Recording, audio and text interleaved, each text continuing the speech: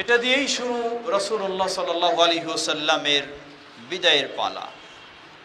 তিনি ঠিক এভাবেই রাসূল সাল্লাল্লাহু আলাইহি ওয়াসাল্লাম দিনের পর দিন যাচ্ছে, তিনি যেন আরো দুর্বল হয়ে যাচ্ছেন। 13 বা 14 দিন তিনি অসুস্থ থাকলেন। এভাবেই সর্বশেষ সপ্তাহ, বাকি মাত্র 1 সপ্তাহ, রাসূলুল্লাহ সাল্লাল্লাহু আলাইহি ওয়াসাল্লামের নিয়ম ছিল একাধিক স্ত্রী। কিন্তু মনে রাখতে হবে, রাসূলুল্লাহ সাল্লাল্লাহু আলাইহি ওয়াসাল্লামকে ভালোবাসা এটা একটা ঈমানের বিষয়। রাসূলুল্লাহ সাল্লাল্লাহু আলাইহি ওয়াসাল্লামকে ভালোবাসা এটা একটা ইবাদত, গুরুত্বপূর্ণ ইবাদত। যেহেতু এটা ঈমানের বিষয়, যেহেতু এটি গুরুত্বপূর্ণ ইবাদত, সুতরাং নিজের খেয়াল খুশি মতো ভালোবাসা যেতে পারে না। দাবি করব রাসূল সাল্লামকে ভালোবাসবো আর গাজা টানবো, লা হাওলা ওয়ালা কুওয়াতা ইল্লা বিল্লাহ, হতে পারে না। এটা ভালোবাসা, এটা মিথ্যা ভালোবাসা। দাবি করব রাসূলুল্লাহ সাল্লাল্লাহু আলাইহি ওয়াসাল্লামের ভালোবাসি আর রাজপথে নারী পুরুষে অবাধে মিছিল করব, এটি কখনো রাসূলের ভালোবাসা প্রদর্শন হতে পারে না। রাসূলুল্লাহ সাল্লাল্লাহু আলাইহি ওয়াসাল্লামের এটা আদর্শ নয়, এটি তার সুন্নাহ নয়, এটি তার জীবন নয়, এটি তার আমল নয়, এটি তার অনুমোদন নয়। সুতরাং রাসূলুল্লাহ সাল্লাল্লাহু আলাইহি ওয়াসাল্লামকে ভালোবাসবো যেভাবে ইসলাম ভালোবাসা প্রদর্শনের সীমারেখা আমাদেরকে দিয়েছে। যেমন আমার বাবার চেয়ে ভালোবাসবো, আমার মায়ের চেয়ে ভালোবাসবো, আমার সন্তানের চেয়ে ভালোবাসবো, আমার জীবন সঙ্গিনীর চেয়ে ভালোবাসবো, ঠিক তেমনি আবার কখনো আল্লাহর চেয়ে বেশি ভালোবাসতে পারি না। আল্লাহকেই সবচেয়ে বেশি ভালোবাসতে হবে, অতঃপর মানুষের মাঝে সবচেয়ে ভালোবাসবো মুহাম্মদ সাল্লাল্লাহু আলাইহি ওয়াসাল্লাম। ফিরে আসি, কথা দীর্ঘ নয় যেহেতু আমাদের সময় সীমাবদ্ধ। রাসূলুল্লাহ সাল্লাল্লাহু আলাইহি ওয়াসাল্লামের জীবনের শেষ দিনগুলি, অর্থ বোঝা যায় তার জীবন শেষ হয়ে গেছে। প্রতিটি মানুষ, আদম সন্তান আদম আলাইহিস সালাম থেকে শুরু করে তার সকল সন্তানেরা পৃথিবীতে আসে একটি নির্দিষ্ট আয়ু নিয়ে। সেই আয়ু শেষ হয়ে গেলে পার্থিব জীবন এর সমাপ্তি ঘটে যায়। অতীতে যারা ছিলেন শুধুমাত্র ঈসা আলাইহিস সালাতু ওয়াস সালাম ব্যতীত সকলের এই জীবনের সমাপ্তি ঘটে গেছে। মুহাম্মদ সাল্লাল্লাহু আলাইহি ওয়াসাল্লাম কে কেন্দ্র করে 12ই রবিউল আউয়াল এটি জন্মদিবস হিসেবে পালন করা হয়। সকল ইতিহাসবিদ তারা কি ঐক্যমত পোষণ করেছেন যে 12ই রবিউল আউয়াল রাসূলুল্লাহ সাল্লাল্লাহু আলাইহি ওয়াসাল্লামের জন্মদিবস? জবাব আপনার সামনেই বই পুস্তক খুলে দেখুন। কেউ বলেছেন রবিউল আউয়ালের 3 তারিখ, কেউ বলেছেন 5 তারিখ, কেউ বলেছেন 6 তারিখ, কেউ বলেছেন 8 তারিখ, কেউ বলেছেন 10 তারিখ, কেউ বলেছেন 11 তারিখ, কেউ বলেছেন 12 তারিখ। কখনো ঐতিহাসিকগণ একমত নন জন্মদিবস হিসাবে। কিন্তু 12ই রবিউল আউয়াল রাসূলুল্লাহ সাল্লাল্লাহু আলাইহি ওয়াসাল্লামের মৃত্যু দিবস হিসাবে কোন গ্রহণযোগ্য ব্যক্তি কি দ্বিমত করেছেন? জবাব না করেননি। সকল গ্রহণযোগ্য ব্যক্তিগণ, ইতিহাসবিদগণ তারা একমত পোষণ করেছেন যে 12ই রবিউল আউয়াল হলো নবী মুহাম্মদ সাল্লাল্লাহু আলাইহি ওয়াসাল্লামের মৃত্যু দিবস। হিজরি 11 মাস রবিউল আউয়াল, তারিখ 12, দিন সোমবার, সময় ওয়াক্তুদ দুহা, সকাল 8 থেকে 9টার দিকে পৃথিবী থেকে বিদায় নিয়ে চলে যান রাসূলুল্লাহ সাল্লাল্লাহু আলাইহি ওয়াসাল্লাম। আফসোসের সাথে বলতে হয় যেই দিবসটিতে তিনি পৃথিবী থেকে বিদায় নিয়ে গেছেন, সকলের ঐক্যমতে সেই দিবসটিকে জন্মদিবস পালন করে নবী মুহাম্মদ সাল্লাল্লাহু আলাইহি সাল্লামের মৃত্যুকে আবার অস্বীকার করা হয়। এ কেমন কথা, আশ্চর্য কথা। নিশ্চিত মৃত্যু দিবসে জন্মদিবস পালন করে মৃত্যুকে অস্বীকার করা হয়, আশ্চর্য ধরনের বিষয়। শুধু অস্বীকার নয়, আপনি যদি কিছু বলতে চান তাহলে আপনাকে কাফের বলেও ফতোয়া দিয়ে দেয়। এতই কঠিন পর্যায়ে গেছে মানুষ। প্রিয় ভাইরা আমার, ফিরে আসি রাসূলুল্লাহ সাল্লাল্লাহু আলাইহি ওয়াসাল্লাম, যেহেতু সময় সংক্ষিপ্ত, হিজরি 10ম হিজরি রমাদান মাস। প্রতি রমাদান মাসেই রাসূলুল্লাহ সাল্লাল্লাহু আলাইহি ওয়াসাল্লাম শেষ 10 দিন ইতিকাফ করতেন, কিন্তু 10ম হিজরিতে তিনি ইতিকাফ করলেন 20 দিন। ইঙ্গিত হলো আর কোনোদিন রমাদানের ইতিকাফ করার সুযোগ আসবে না। প্রতি রমাদানেই জিবরিল আলাইহিস সালাম এসে রাসূলুল্লাহ সাল্লাল্লাহু আলাইহি ওয়াসাল্লামের সাথে কোরআন নাজিল হওয়া অংশটুকু একজন শুনতেন আর একজন শোনাতেন প্রতি রমজানে। কিন্তু এই রমাদানে 2 বার শোনালেন। ইঙ্গিত আর কোনোদিন পৃথিবীর বুকে শোনার সুযোগ হবে না। রমাদান চলে গেল, আসলো যুলহিজ্জা মাস, হজের মৌসুম। নবী সাল্লাল্লাহু আলাইহি ওয়াসাল্লাম এই 10ম হিজরিতে তিনি তার ফরজ হজ পালন করলেন। এই হজটির পরিচয় কি? এটি হলো বিদায়ী হজ। হজটির পরিচয় বিদায়ী হজ। এর মানেই হলো এই হজের মধ্য দিয়েই তিনি বিদায় নেবেন, আর কোন হজ তিনি পাবেন না। সত্যিই সহিহ মুসলিম ও বুখারীর হাদিসে এসেছে, আরাফার ময়দানে সকলের সামনে তিনি বলেন, লা আদরি লাআল্লি লা আলকাকুম বা'দা আমী হাযা বিমাওকিফি হাযা। আমি বলতে পারছি না, তবে জেনে রাখো এই জায়গায় তোমাদের সাথে আর কোনোদিন আমার সমবেত হওয়ার সুযোগ হবে না। এটাই শেষ। আরাফার ময়দানের কথা তিনি যেন তার বিদায়ী ঘোষণা দিয়ে যাচ্ছেন। আইয়ামে তাশরিক 13-14 তারিখের দিকে নাজিল হলো সূরাতু আন-নাসর, ইযা জাআ নাসরুল্লাহ। এই সূরা নাজিল হওয়ার মাধ্যমে আরো স্পষ্ট হয়ে গেল নবী মুহাম্মদ সাল্লাল্লাহু আলাইহি ওয়াসাল্লামের বিদায় কাছাকাছি। নাজিল হলো আল-ইয়াওমা আকমালতু লাকুম দীনাকুম ওয়া আতমামতু আলাইকুম নি'মাতি ওয়া রাদিতু লাকুমুল ইসলাম দীনা। আল্লাহ জানিয়ে দিলেন, আজকে তোমাদের জন্য তোমাদের দ্বীনকে আমি পরিপূর্ণতা দান করেছি, তোমাদের প্রতি আমার নিয়ামতকে আমি সম্পন্ন করে দিয়েছি।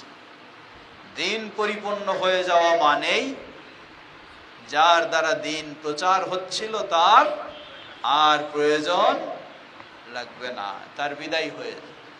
দ্বীন পরিপূর্ণ হওয়া মানেই হলো যিনি দ্বীন নিয়ে এসেছিলেন তার বিদায়ের ঘোষণা এসে যাওয়া। এভাবেই যুলহিজ্জা বিদায় হজ চলে গেল। 10ম হিজরি শেষ, শুরু হলো 11তম হিজরি। মুহররম, সফর মাস, দ্বিতীয় মাস হলো সফর মাস। সফর মাসের শুরুর দিকে নবী সাল্লাল্লাহু আলাইহি ওয়াসাল্লাম গেলেন সেই উহুদ প্রান্তে, যেখানে শহীদদের কবর রয়েছে। রাসূলুল্লাহ সাল্লাল্লাহু আলাইহি ওয়াসাল্লাম তাদের কাছে এমনভাবে বিদায় নিলেন যেন জীবিত মানুষ অন্য কারো কাছ থেকে বিদায় নেয়, সেইভাবেই যেন তিনি বিদায় নিলেন। আর কোনোদিন শুহাদায়ে উহুদের পাশে যাওয়ার সুযোগ হবে না। সেখান থেকে ফিরে আসলেন মসজিদে নববীতে, মেম্বারে তিনি বসলেন। বসে তিনি সকলের সামনে ঘোষণা দেওয়া শুরু করলেন, ইন্নী ফারাতুকুম আলাল হাউদ, আমি তোমাদের আগেই হাউদের কাছে গিয়ে অবস্থান করব, তোমাদেরকে স্বাগতম জানাবো। ওয়াল্লাহি ইন্নী আরা হাউদি, আল্লাহর কসম করে বলছি আমি যেন আমার সেই হাউজ দেখতে পাচ্ছি। সুবহানাল্লাহ। চলে গেছেন, সেই দিকেই তিনি তাকাচ্ছেন, সেটাই দৃষ্টি আসতেছে। এভাবেই নবী সাল্লাল্লাহু আলাইহি ওয়াসাল্লাম এর শুরু হলো ঘোষণার পর ঘোষণা। আসছে সফর মাসের শেষ 28 বা 29 তারিখ। বাকি কবরস্থানে একটি মাইয়াতকে দাফন করে ফেরার পথে রাসূলুল্লাহ সাল্লাল্লাহু আলাইহি ওয়াসাল্লাম মাথা ব্যথা অনুভব শুরু করলেন। এই মাথা ব্যথা সেদিন থেকে শুরু করে যতদিন তিনি বেঁচে ছিলেন, 13 বা 14 দিন, ওই মাথা ব্যথা থেকেই শুরু হলো তার অসুস্থতা। মাথা ব্যথা থেকে জ্বর, জ্বর থেকেই শরীরের সকল ধরনের দুর্বলতা শুরু হলো। এটা দিয়েই শুরু রাসূলুল্লাহ সাল্লাল্লাহু আলাইহি ওয়াসাল্লামের বিদায়ের পালা। তিনি ঠিক এভাবেই রাসূল সাল্লাল্লাহু আলাইহি ওয়াসাল্লাম দিনের পর দিন যাচ্ছে, তিনি যেন আরো দুর্বল হয়ে যাচ্ছেন। 13 বা 14 দিন তিনি অসুস্থ থাকলেন। এভাবেই সর্বশেষ সপ্তাহ, বাকি মাত্র 1 সপ্তাহ, রাসূলুল্লাহ সাল্লাল্লাহু আলাইহি ওয়াসাল্লামের নিয়ম ছিল একাধিক স্ত্রী। কারোর প্রতি তিনি অবিচার করেননি। যার যেটুকু অধিকার সময়ের বা আরো কিছুর, সবকিছুই তিনি যথাযথ ইনসাফের সাথে দিয়েছেন। আজকে এক স্ত্রীর বাসায়, কালকে আরেক স্ত্রীর বাসায়, এভাবেই ছিল তার রুটিন। কিন্তু শেষ সপ্তাহ, 1 সপ্তাহ বাকি, তিনি খুব অনুভব করলেন মনে হচ্ছে কোন সময় চলে যেতে হয়। তিনি বলতে শুরু করলেন স্ত্রীদেরকে, আইনা আনা গাদা, আগামীকাল আমি কোথায় থাকবো, আগামীকাল আমি কার বাসায় থাকবো। নবী সাল্লাল্লাহু আলাইহি ওয়াসাল্লামের এই কথা শুনে স্ত্রীগণ বুঝলেন যে রাসূল সাল্লাল্লাহু আলাইহি ওয়াসাল্লাম চাচ্ছেন আগামীকাল যেন আয়েশা রাদিয়াল্লাহু আনহার ঘরে তিনি থাকেন। কিন্তু আয়েশা রাদিয়াল্লাহু আনহার ঘরে তো আগামীকালকে রুটিন নেই, তাই তিনি কাউকে বলতেও পারছেন না তোমার ঘরে যাব না, তার ঘরে যাব। তিনি বুঝাতে চাচ্ছেন, তারা বুঝে ফেললেন যে রাসূলুল্লাহ সাল্লাল্লাহু আলাইহি ওয়াসাল্লাম তার সবচেয়ে প্রিয় স্ত্রী আয়েশার ঘরে তিনি থাকতে চাচ্ছেন, এটাই পছন্দ করছেন। সকলেই সম্মতি দিয়ে ফেলল।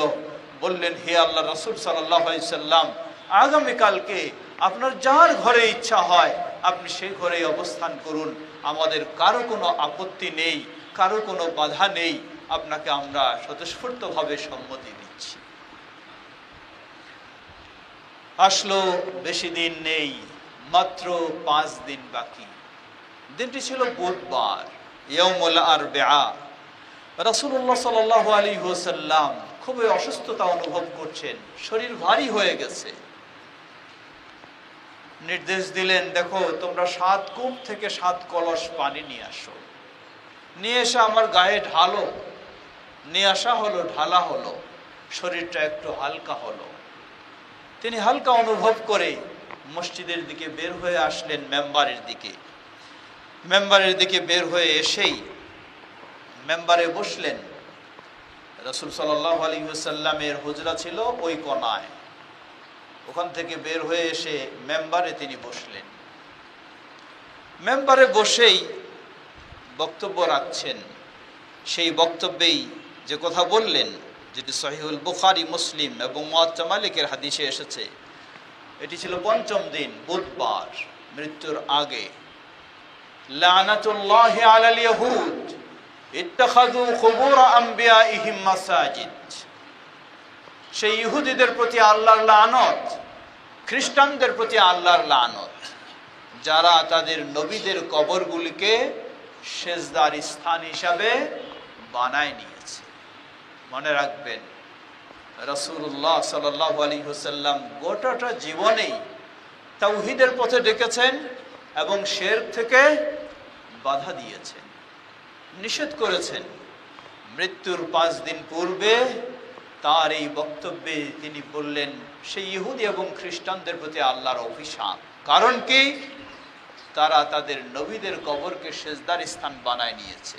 মুয়াত্তা মালিকের বর্ণনায় এসেছে, আলা ফালা তাত্তাখিযু কবরি ঈদা আও ফালা তাত্তাখিযু কবরি ওয়াসানান ইউবাদ।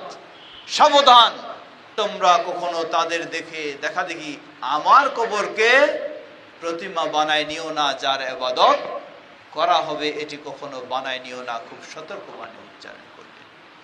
বলুন তো, ইহুদি এবং খ্রিস্টান তারা যদি আল্লাহর অভিশাপের পাত্র হয় এই অপরাধের কারণে যে তারা তাদের নবীদের কবর সেজদার স্থান বানায় নিয়েছিল, তাহলে আমাদের কেউ যদি কারো কবরকে সেজদার স্থান বানায় নেয়, তাহলে এই ব্যক্তি কি সেই বদদোয়ার অধিকারী হবে না? এই ব্যক্তির জন্য কি সেই বদদোয়া নয়? না শুধু ইহুদিদের জন্য? অবশ্যই এই ব্যক্তির জন্যই। মৃত্যুর 5 দিন পূর্বে রাসূলুল্লাহ সাল্লাল্লাহু আলাইহি ওয়াসাল্লাম এই সতর্কবাণী উচ্চারণ করলেন। কঠিন সময় সেই মেম্বারে দাঁড়িয়েই নিজেকে উপস্থাপন করলেন, বললেন, আমি এখনো বেঁচে রয়েছি।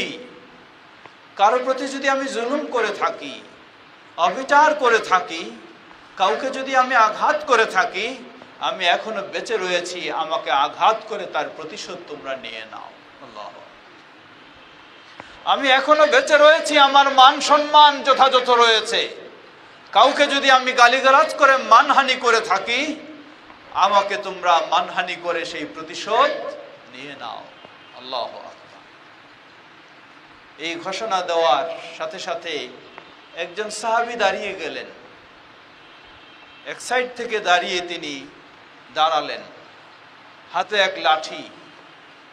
দাঁড়িয়ে তিনি বললেন, হে আল্লাহর রাসূল সাল্লাল্লাহু আলাইহি ওয়াসাল্লাম, আপনি প্রতিশোধের সুযোগ করে দিলেন, আমি চাই কিছু প্রতিশোধ নেব।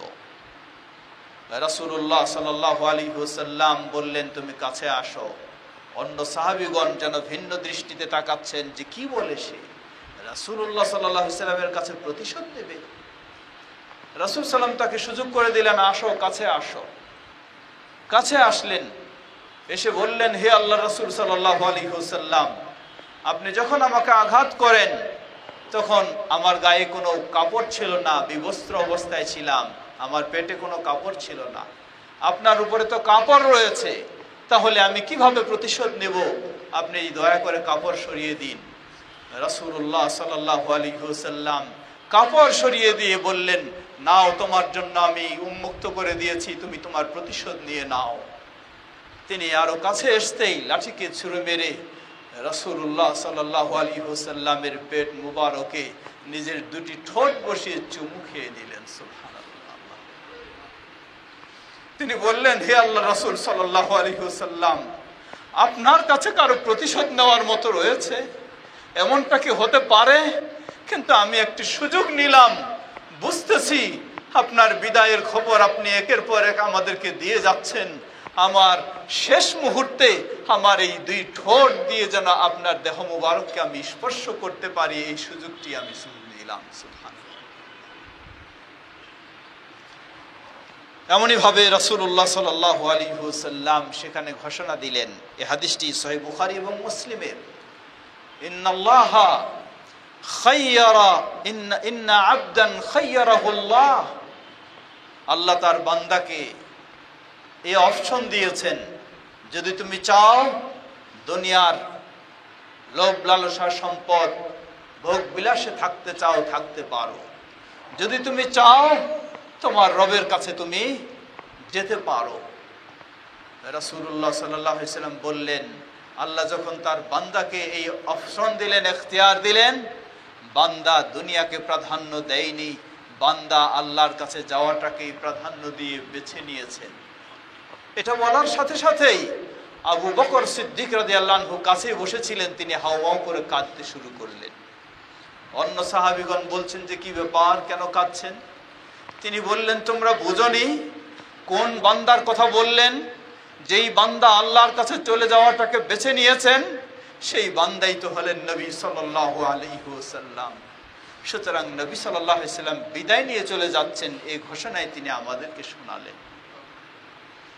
দিনটি ছিল পঞ্চম দিন, বুধবার। শেষ হলো দিন, আসলো আর মাত্র 4 দিন, বৃহস্পতিবার। বৃহস্পতিবার ফজর, জোহর, আসর, মাগরিব পর্যন্ত মসজিদে জামাতে ইমামতি করলেন। সময় এসে গেছে এশার। সাহাবায়ে কেরাম মসজিদে এসে ভিড় করেছেন। হাদিস সহিহুল বুখারী। রাসূলুল্লাহ সাল্লাল্লাহু আলাইহি ওয়াসাল্লাম বের হচ্ছেন না, গায়ে শক্তি নেই বের হওয়ার মতো।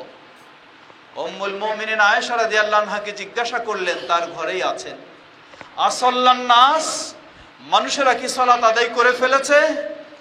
তিনি বললেন, না, তারা সবাই আপনার জন্য অপেক্ষা করছে, কিভাবে সালাত আদায় করবে? বললেন, পানি নিয়ে আসো। আনা হলো। ওযু করলেন। ওযু করে তিনি দাঁড়ানোর চেষ্টা করলেন। ফাউমিয়া আলাইহি, জ্ঞান হারিয়ে পড়ে গেলেন, দাঁড়াতে পারলেন না। আবার জ্ঞান ফিরে আসলো। আবার জিজ্ঞাসা করলেন, মানুষেরা কি সালাত পড়ে ফেলেছে? বললেন, না, আপনার জন্য অপেক্ষায় রয়েছে। বললেন, পানি নিয়ে আসো। আনা হলো। আবার ওযু করলেন। ওযু করে দাঁড়াতে চেষ্টা করতেই আবার তিনি দ্বিতীয়বারও জ্ঞান হারিয়ে পড়ে গেলেন, পারলেন না। জ্ঞান ফিরে আসলো। আবার বললেন, পানি চাইলেন, ওযু করলেন। তৃতীয়বার চেষ্টা করেও তিনি আবার দাঁড়াতে গিয়ে জ্ঞান হারিয়ে পড়ে গেলেন, পারলেন না মসজিদে যেতে। জ্ঞান ফিরে আসলে তিনি আয়েশা রাদিয়াল্লাহু আনহাকে বললেন, হে আয়েশা, সম্ভব নয় আর মসজিদে যাওয়ার। বারবার চেষ্টা করেছেন, আসতে পারেননি। খুব দূরে নয়, কয়েক মাইল দূরে নয়, এই কাছেই, কিন্তু এটুকু আসার মতো গায়ে শক্তি নেই। বললেন, হে আয়েশা, মুরি আবা বকরিন ফালইউসাল্লি বিন নাস, যাও আয়েশা, তুমি আবু বকরকে বলো আমার জায়গায় দাঁড়িয়ে সেই ইমাম হয়ে মানুষের সালাত পড়িয়ে দেবে। আল্লাহ। আয়েশা রাদিয়াল্লাহু আনহা জানেন তার বাবা খুব নরম প্রকৃতির মানুষ, এই কঠিন জায়গায় তিনি দাঁড়িয়ে ইমামতি করবেন, তার পক্ষে খুব কঠিন। তিনি বাবার পক্ষে সুযোগ নিলেন, বললেন, হে আল্লাহর রাসূল সাল্লাল্লাহু আলাইহি সাল্লাম, আবু বকর তো খুব নরম মানুষ, আপনি যদি ওমরের মতো মানুষকে নির্দেশ দিতেন তাহলে মনে হয় ভালো হতো। আল্লাহর রাসূল সাল্লাল্লাহু আলাইহি সাল্লাম শক্ত করে বললেন, তুমি এইসব আপত্তি নিয়ে আসো না, যাও তুমি আবু বকরকে বলো সে যেন আমার জায়গায় দাঁড়িয়ে সে সালাত পড়ায়। সুবহানাল্লাহ। রাসূলুল্লাহ সাল্লাল্লাহু আলাইহি ওয়াসাল্লাম তারপরে কে খলিফা হবেন তিনি সেটি ঘোষণা দিয়ে যাননি, কিন্তু তার এই নির্দেশ দিক থেকে বোঝা যায় তিনি তার জীবদ্দশায় ইমাম বানিয়ে দিয়ে গেলেন, তিনিই তো হবেন তার মৃত্যুর পরে ইমাম, এটি বোঝা যায়। কিন্তু লা হাওলা ওয়ালা কুওয়াতা ইল্লা বিল্লাহ, চরমপন্থী রাফেদি শিয়াগণ তারা আজকে কিভাবে আবু বকর রাদিয়াল্লাহু আনহুর প্রতি বিদ্বেষী। আবু বকর রাদিয়াল্লাহু আনহুকে সেই চরমপন্থী শিয়ারা বলে যে রাসূল সাল্লামের পরে খলিফা হওয়ার যিনি অধিকারী ছিলেন তিনি হলেন আলী রাদিয়াল্লাহু আনহু, কিন্তু তাকে খেলাফত না দিয়ে জবরদখল করে খলিফা হলেন আবু বকর রাদিয়াল্লাহু আনহু।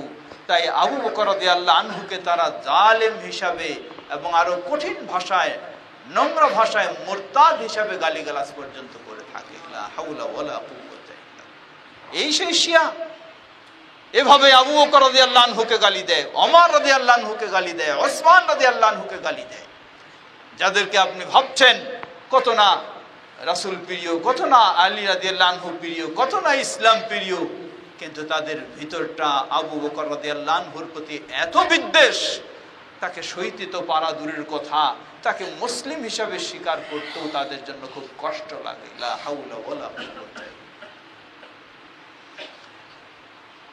আবু বকর রাদিয়াল্লাহু আনহু রাসূল সাল্লাল্লাহু আলাইহি ওয়াসাল্লামের নির্দেশে তার জীবদ্দশায় 17 ওয়াক্তের ইমামতি করলেন।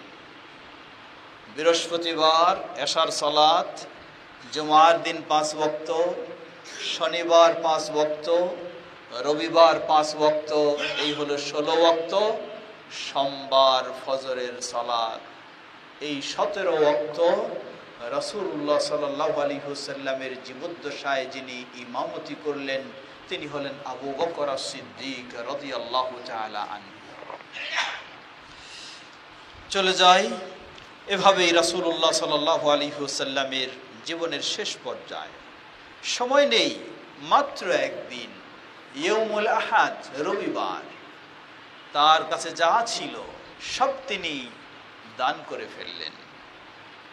যারা তার সেবক ছিলেন, খাদেম ছিলেন, গোলাম ছিলেন, দাস ছিলেন, তাদেরকে আজাদ করে দিলেন। সম্পদ বলতে মাত্র 6 বা 7টি স্বর্ণ মুদ্রা ছিল, এর কিছু বেশি ছিল না।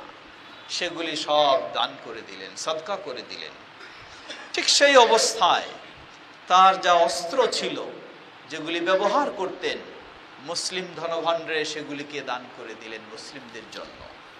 কিন্তু অবস্থাটা এমন, সেই অবস্থাতেও তিনি একজন ইহুদির কাছে নিজের যুদ্ধের পোশাক বন্ধক রেখে 30 সা জব তিনি তার কাছ থেকে ঋণ নিয়ে ঋণগ্রস্ত অবস্থায় নবী সাল্লাল্লাহু আলাইহি ওয়াসাল্লাম পৃথিবী থেকে বিদায় নিয়েছেন।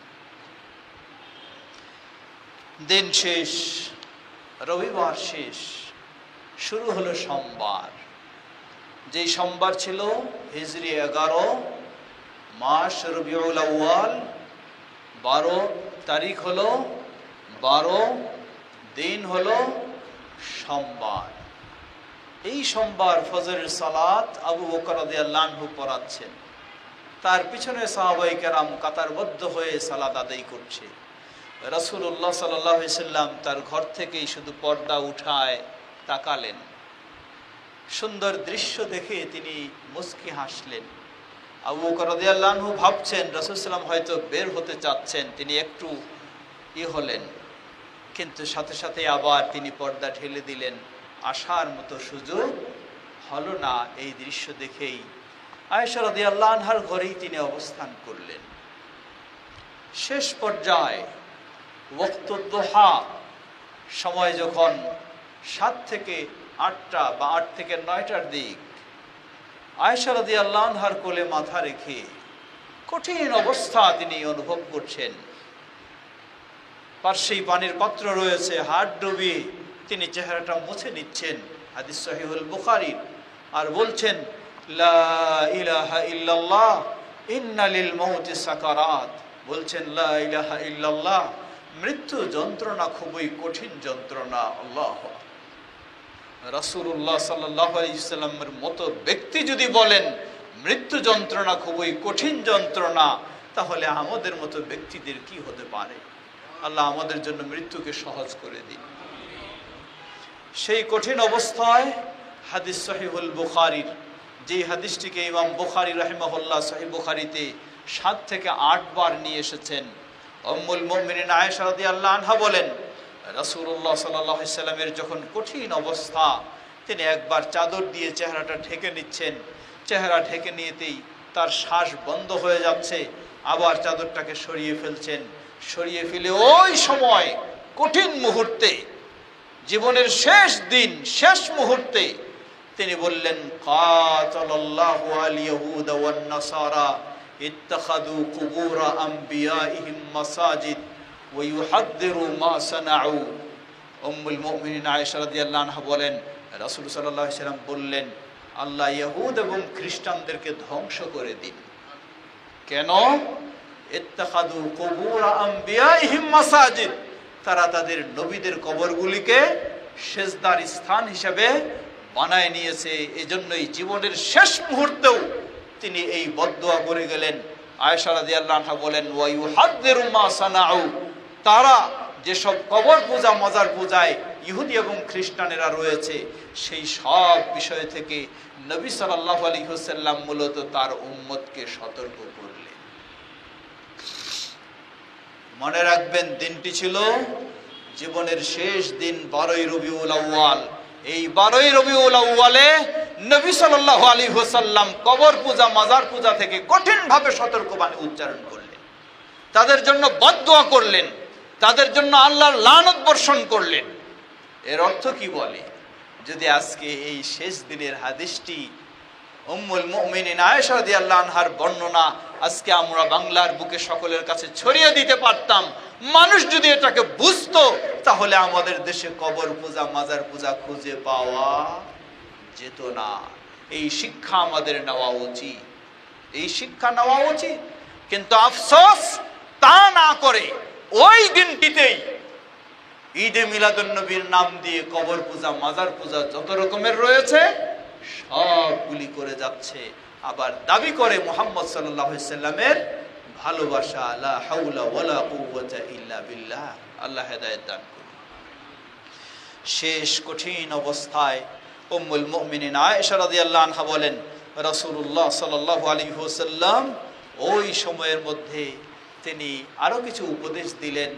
তিনি বললেন, আসসালাহ আসসালাহ ওয়া মা মালাকাত আইমানুকুম, সালাতের ক্ষেত্রে তোমরা যত্নশীল হও, সালাতের ক্ষেত্রে তোমরা গুরুত্ব দাও এবং তোমাদের অধীনস্থ যারা রয়েছে তাদের প্রতি সদাচরণ করো, অথবা সম্পদ তোমরা যে মালিক হয়েছে সেই সম্পদের তোমরা হক আদায় করো।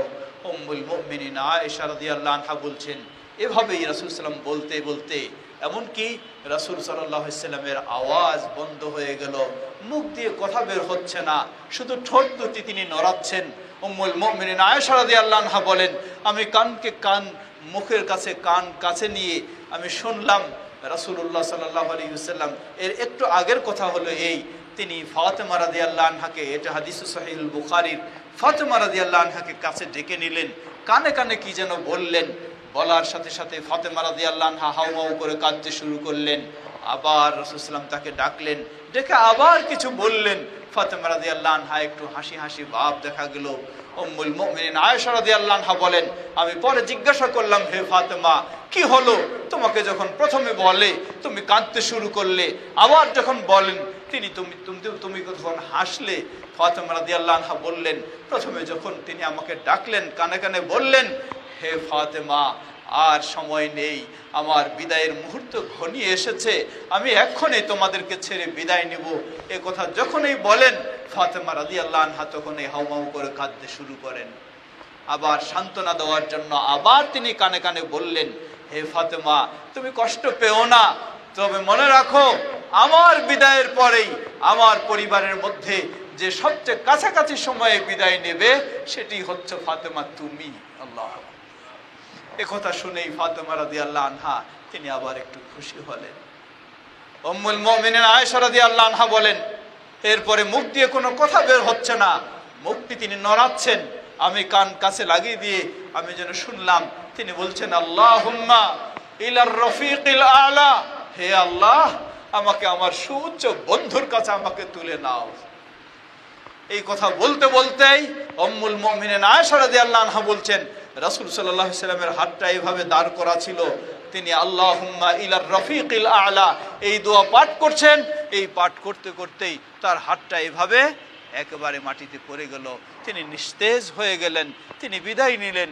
ইন্না লিল্লাহি ওয়া ইন্না ইলাইহি রাজিউন। রাসূলুল্লাহ সাল্লাল্লাহু আলাইহি ওয়াসাল্লাম এভাবেই তিনি দুনিয়ার বুক থেকে বিদায় নিলেন। সেই দিনটি ছিল 12ই রবিউল আউয়াল, সোমবার, সকাল 8 থেকে 9টা ওয়াক্তুদ দুহা, তাসতের সালাতের সময়ে তিনি এভাবেই বিদায় নিলেন। রাসূলুল্লাহ সাল্লাল্লাহু আলাইহি ওয়াসাল্লামের বিদায়কে কেন্দ্র করে, রাসূলুল্লাহ সাল্লাল্লাহু আলাইহি ওয়াসাল্লামের বিদায়কে কেন্দ্র করে সাহাবায়ে কেরামদের মাঝে একটা মিশ্র প্রতিক্রিয়া শুরু হলো। খেয়াল করবেন বিষয়টি ভালোভাবে, মিশ্র প্রতিক্রিয়া শুরু হলো। কে কি মনে করবে কোনো স্থির করতে পারছে না।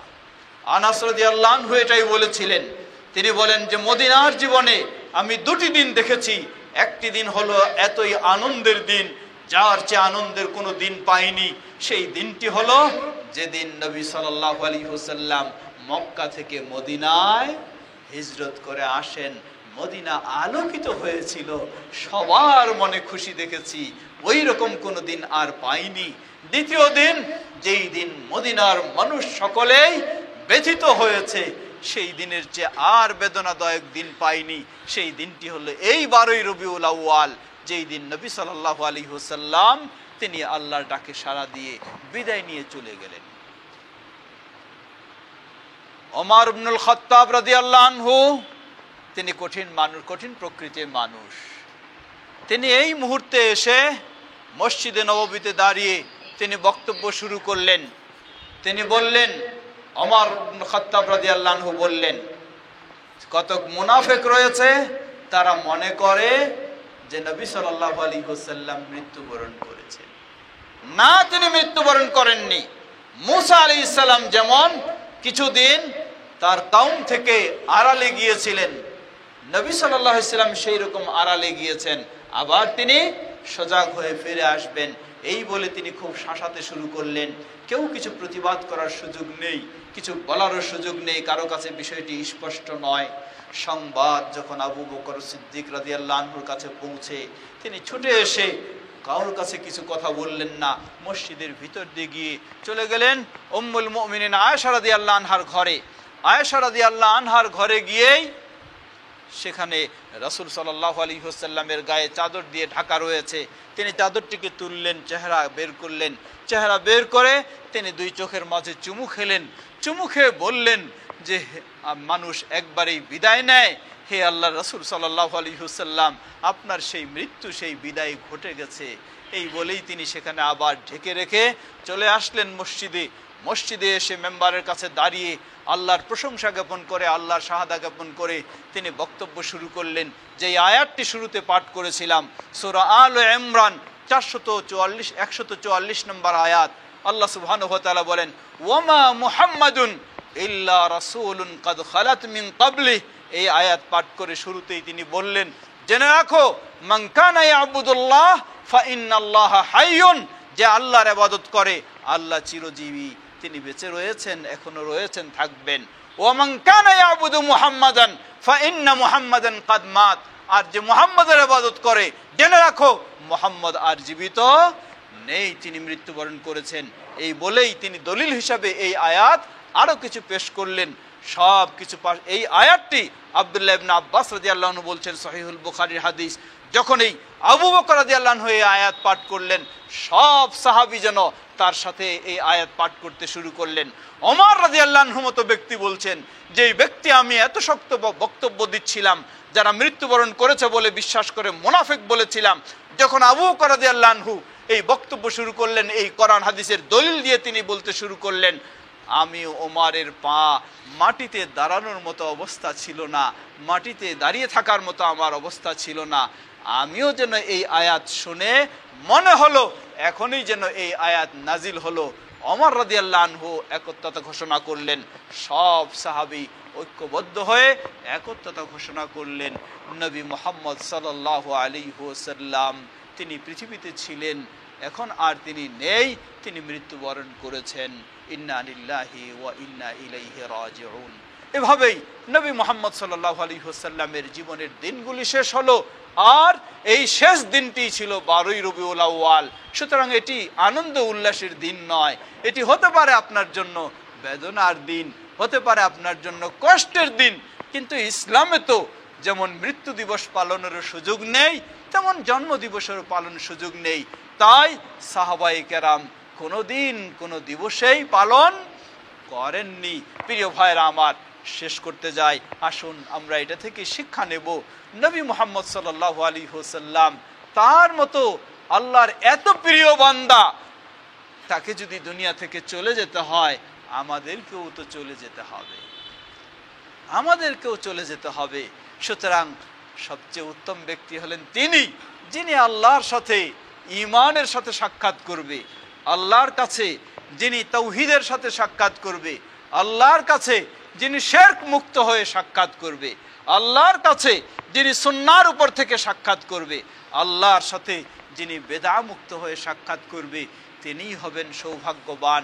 আমরা যেন সেই শিক্ষা নিয়ে আমাদের জীবনকেও সেভাবে গড়ে তুলতে পারি। আল্লাহ আমাদের সকলকে সে তৌফিক দান করুন।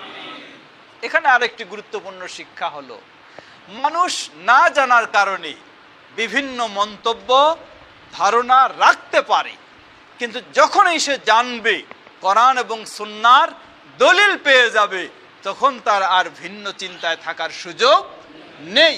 যেই ওমর রাদিয়াল্লাহু আনহু একটু আগে এত শক্ত বক্তব্য দিচ্ছিলেন, যারা নবী সাল্লাল্লাহু আলাইহি সাল্লামের